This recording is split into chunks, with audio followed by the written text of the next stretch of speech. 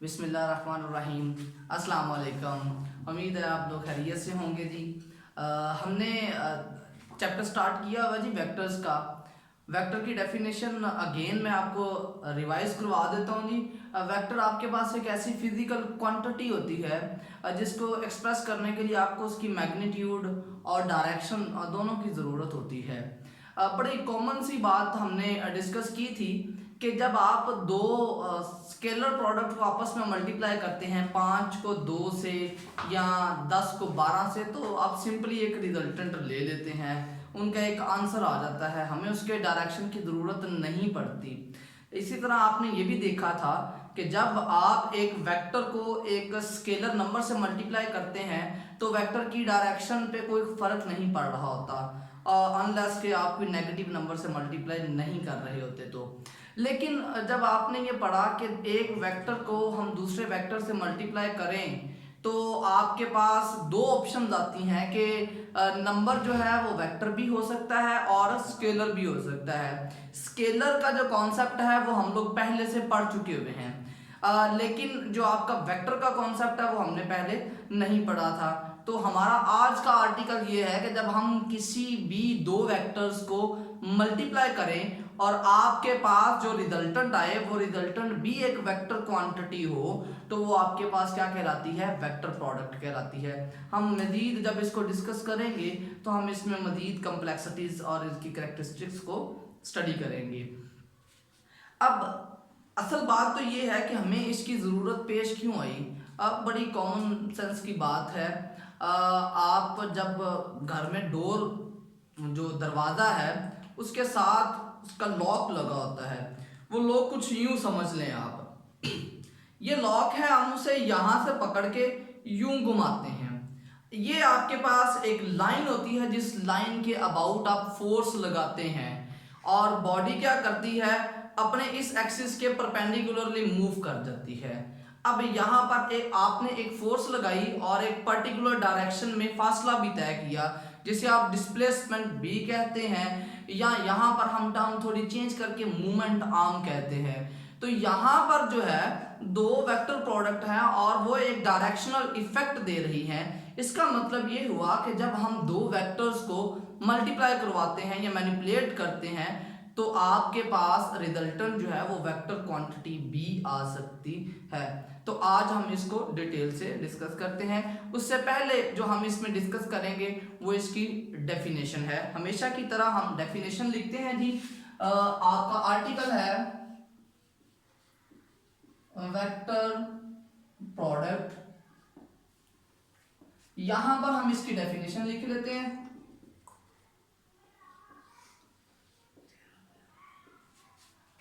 If product of two vectors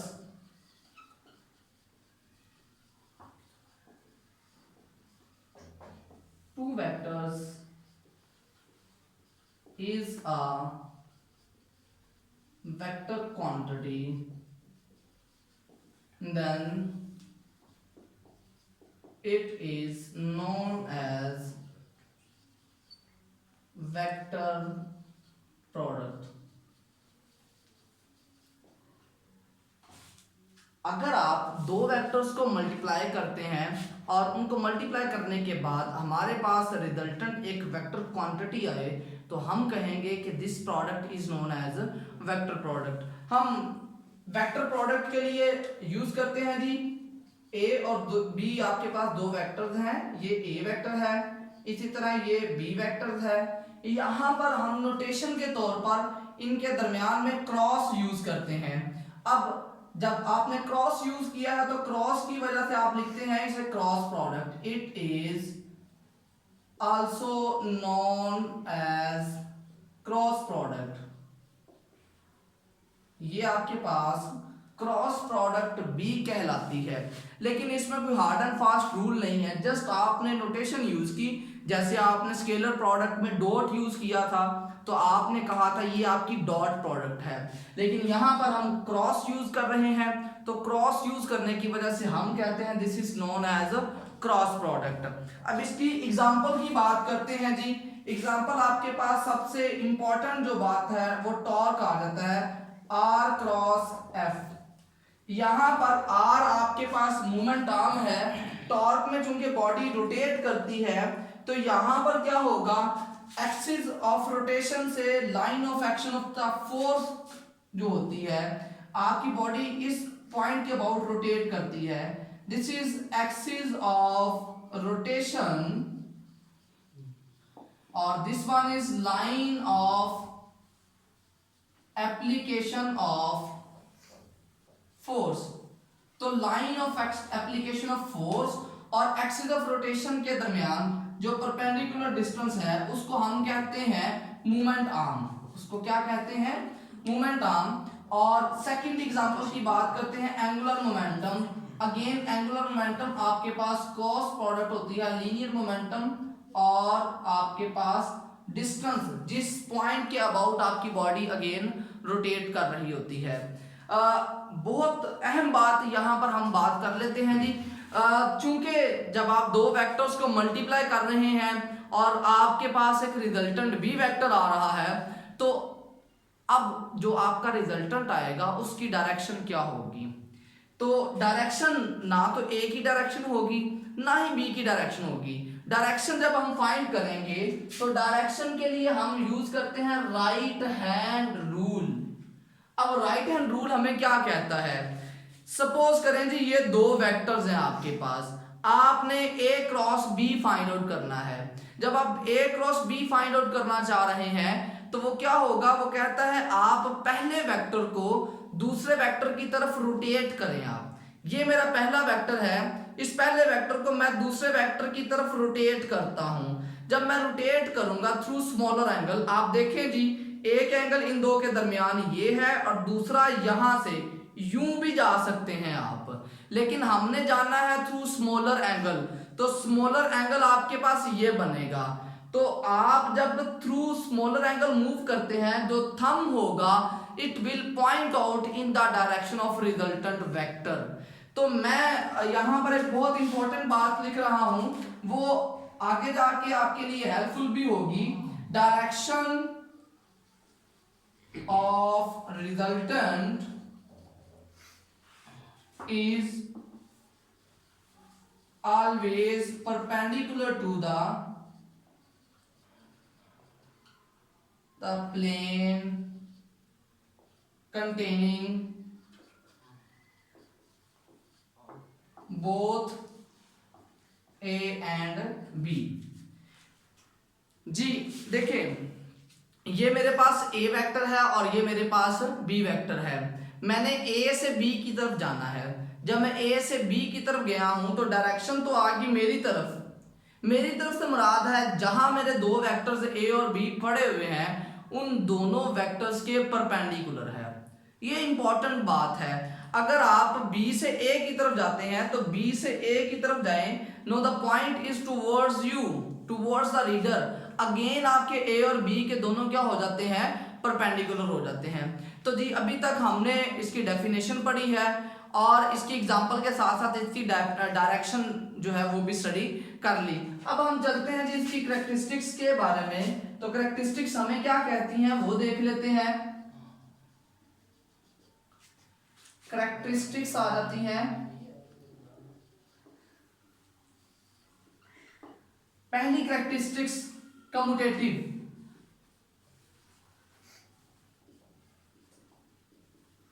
commutative क्या कहते हैं जी, आपके पास ए क्रॉस बी जो है that is not equal to the B cross ए।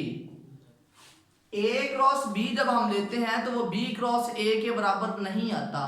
तो वेरी सिंपल जी, ये आपका रेड वाला ए है और ब्लैक वाला आपका बी है। जब आप ए क्रॉस बी निकालते हैं तो आप ए से बी की तरफ गए, लेकिन जब आप बी से ए की तरफ जा रहे हैं ऑल दो कि आपने सेम एंगुलर डिस्प्लेसमेंट ट्रेवल किया है लेकिन आपकी डायरेक्शन रिवर्स हो चुकी होती है। एक बार आपकी डायरेक्शन टुवर्ड्स रीडर है और एक बार आपकी direction opposite to the reader है। तो यहां पर हम यूं लिख सकते हैं कि आपके पास ए क्रॉस बी जो है that is equal to the negative of B cross A. यहां पर डायरेक्शन आपके पास उसको रिप्रेजेंट करने के लिए हम एक नेगेटिव जो साइन है वो रिप्रेजेंट कर देते हैं। उसके बाद बात करते हैं जी नंबर 2, ए क्रॉस बी जब आपने फाइंड आउट करनी है तो हम लिखते हैं magnitude forms A B sine of theta. अब यहां पर ए और बी, एक वेक्टर और दूसरे वेक्टर का वो कंपोनेंट जो पहले वेक्टर के परपेंडिकुलर हो वो, और साथ आप यहां पर एक एन यूनिट वेक्टर इस्तेमाल करते हैं। यूनिट वेक्टर बेसिकली आपकी उस प्लेन के परपेंडिकुलर होता है जिसमें दोनों वेक्टर्स आपके मौजूद होते हैं। तो यहां पर हम बात करते हैं product of two parallel vectors. जब वेक्टर्स पैरेलल होंगे तो थीटा की वैल्यू आपके पास आ जाएगी 0 डिग्री। थीटा की वैल्यू अगर आपके पास 0 डिग्री है then A cross B will be equal to the A B sine of 0 degree into an unit vector. Sine 0 आपके पास 0 होता है तो ए क्रॉस बी आपके पास आ जाता है नल वेक्टर। नल वेक्टर आपने पहली बार इस वर्ड को सुना होगा। नल वेक्टर आपके पास एक ऐसा वेक्टर होता है जिसकी मैग्नीट्यूड 0 है लेकिन डायरेक्शन कोई नहीं होती, आर्बिट्रेरी डायरेक्शन होती है। ये समझ लें आपके पास एक डॉट है।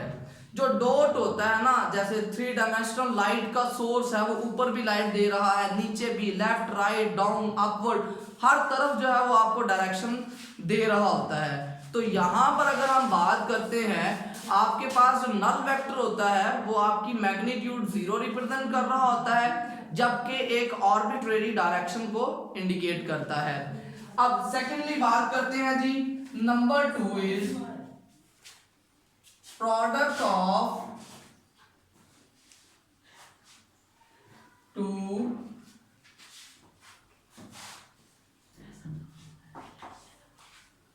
Perpendicular vectors.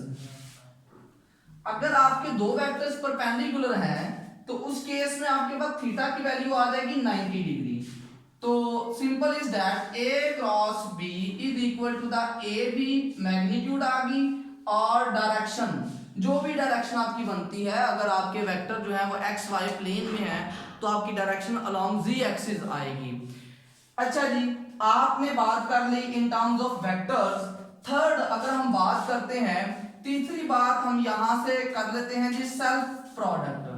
सेल्फ प्रोडक्ट से मुराद क्या है, आप एक वेक्टर को उसी के दूसरे वेक्टर से मल्टीप्लाई कर रहे हैं।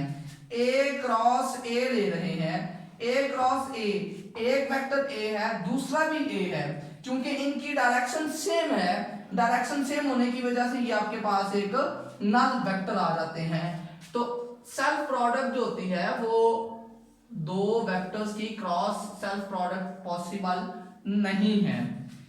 नंबर 5 की बात करते हैं जी। नंबर 5 आ जाता है in case of unit vectors.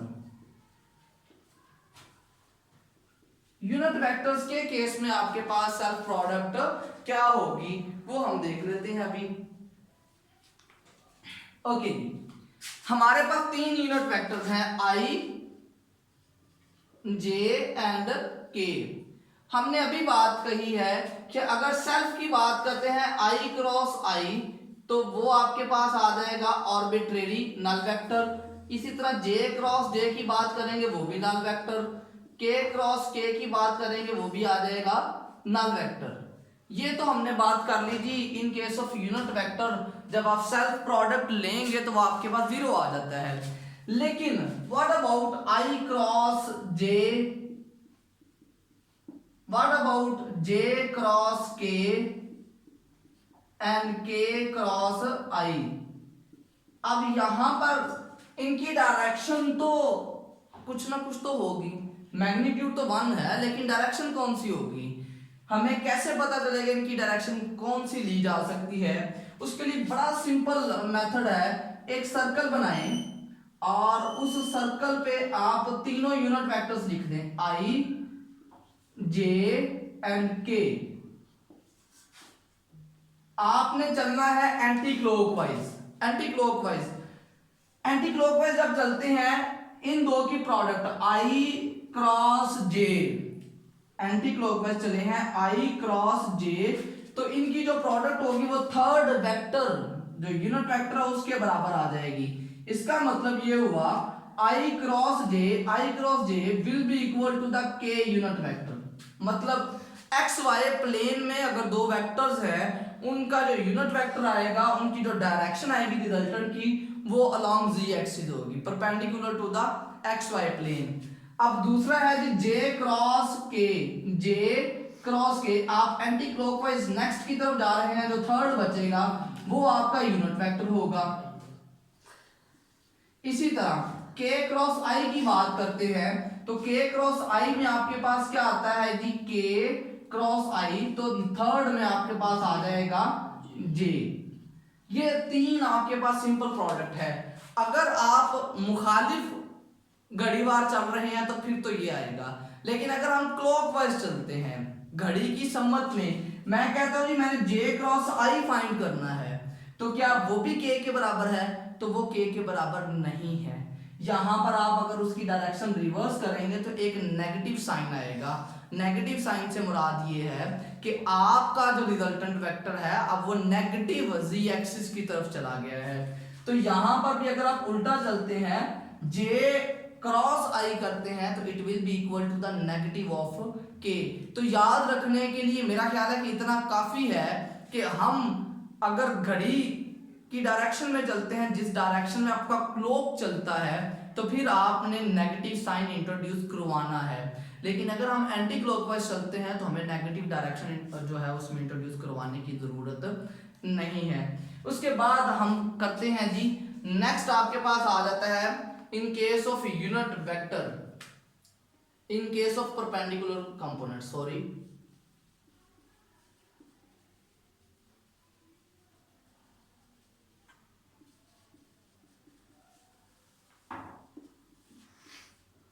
Okay जी, परपेंडिकुलर कंपोनेंट्स में आपके पास एक वेक्टर a है that is equal to the axi plus ayj plus az k, और अगर b की बात करते हैं b will be equal to the bxi plus byj plus bzk। Simply हमने एक वेक्टर के तीन कंपोनेंट्स लिखे हैं और उनके यूनिट वेक्टर साथ लिख दिए हैं। अगर मैंने यहां से a cross b find out करना है तो मुझे क्या करना पड़ेगा, एक 3x3 का मैट्रिक्स बनेगा। उसके मुताबिक क्या है जी i j और k। सबसे पहले मैंने यूनिट वेक्टर लिखे, उसके बाद यहां पर जो फर्स्ट वेक्टर है वो एज इट इज लिखूंगा, उसके कंपोनेंट्स ax ay az। इसी तरह थर्ड जो मेरे पास रो है उसमें आ जाएगा bx by एंड bz। अब इस 3x3 डिटर्मिनेंट को सॉल्व करना हमारे लिए आसान है, मैथमेटिकली आप लोगों ने सीखा भी हुआ है, लेकिन यहां पर भी हम सीख लेते हैं जी कैसे निकालेंगे। a क्रॉस b से मुराद ये है, आपने अगर i वाला यूनिट वेक्टर लिया, पहली रो पहला एलिमेंट लिया, आपके पास जिस रो में ये एलिमेंट है वो रो और वो कॉलम दोनों आपने एक्सक्लूड कर देने हैं।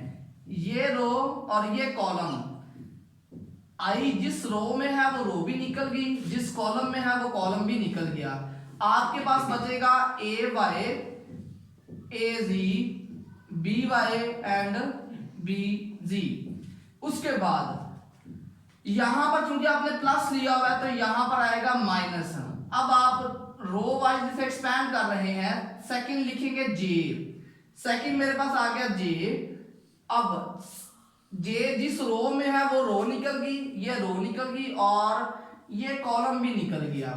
मेरे पास सर्वाइविंग है ए एक्स ए जी, ये वाली रो मैंने नहीं, ये कॉलम नहीं लिखा, ए जी आ गया, यहां पर आ गया बी एक्स और बी जी। अब पहला पॉजिटिव, दूसरा नेगेटिव, तीसरा पॉजिटिव, तीसरा पॉजिटिव आपके पास आ जाएगा के, और के आप किस तरह से लिखेंगे, के लिखने के लिए जिस रो और जिस कॉलम में के मौजूद है वो आप एक्सक्लूड कर दें, तो आपके पास बचेगा जी ए एक्स ay bx by। तो हमारे पास 3/3 का जो मैट्रिक्स है वो रिड्यूस होके 2/2 के मैट्रिक्स में चला गया, और उसको सॉल्व करना हमारे लिए आसान है। a cross b is equal to the ay bz, आप इनको क्रॉस मल्टीप्लाई करते हैं, माइनस az by, और यूनिट वेक्टर है i, negative ax bz minus az bx और j, plus ax by minus ay bx into k। तो आपके पास यहां पर हमें लग रहा है शायद थोड़ा सा मुश्किल है, लेकिन जब आपके पास कोई न्यूमेरिकल वैल्यूज होती हैं तो उनको सॉल्व करना और उनको मैनिपुलेट करना निस्बतन आपके पास आसान होता है। अब इसी को जब आप आगे चलते हैं, इसकी एक छोटी सी टर्म लिख देता हूं जी। आपके पास a क्रॉस जो b होता है वो मैथमेटिकली हमें रिप्रेजेंट करता है एरिया ऑफ पैरेललोग्राम। तो एरिया ऑफ द पैरेललोग्राम जो है वो आपके पास a क्रॉस b से जो है वो रिप्रेजेंट किया जा सकता है।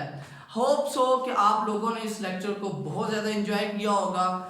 मेरा ख्याल है कि अगर कोई क्वेश्चन हो तो ज़रूर पूछना चाहिए। आप लोगों से भी रिक्वेस्ट है कि अगर कोई क्वेश्चन हो you can simply ask. Thank you very much.